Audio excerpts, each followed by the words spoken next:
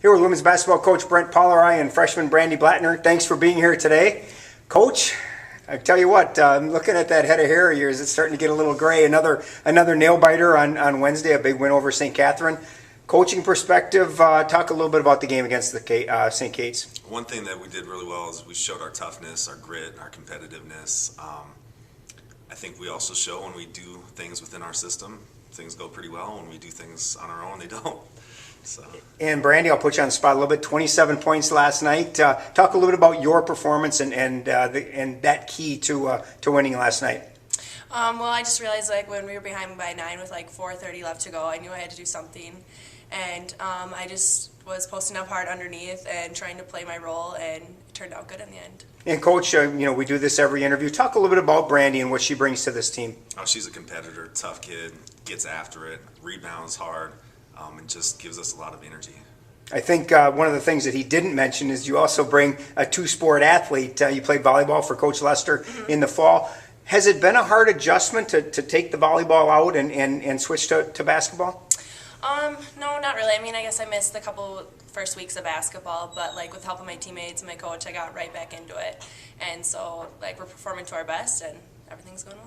Talk a little bit about the adjustment from high school to college. And you can use volleyball and basketball as the comparison, but it's a completely different game, isn't it? Yeah, I would just say a lot of the teams are a lot more competitive. I mean, you're going against teams that are good, they play their best each night, and in high school it's a lot different. I mean, there's some competition, but not as much in college. You're playing against some of the best.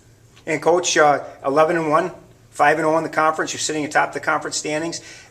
Kind of a hard question to ask you, but did you envision this 12 games into the season when you took over that you guys would be doing as well as you are? I think we talked about it when I first took the job with you, that we are just trying to get to be the best that we can be, and we're trying to improve on that. And the results will happen however they turn out, but we're just trying to get better every day and just get better as a team, work together a little bit better. And let's talk a little bit about Saturday. You head to St. Olaf to take on the Olies. After that, you finally get to play a couple of home games, but let's talk a little bit about Saturday in St. Olaf and what we can expect there. Good. Again, a good, tough team, well coached. A similar offense that we just saw, so defensively that was a pretty good prep for us.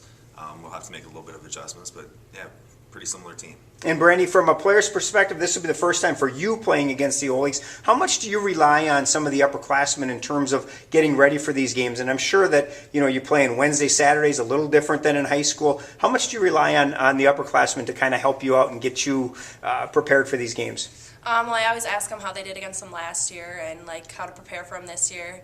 And they always help me with leadership and just knowing who to guard and who's the better players and just being playing the role I'm supposed to be. 3 o'clock game Saturday afternoon in Northfield. Good luck to both of you. Thank you.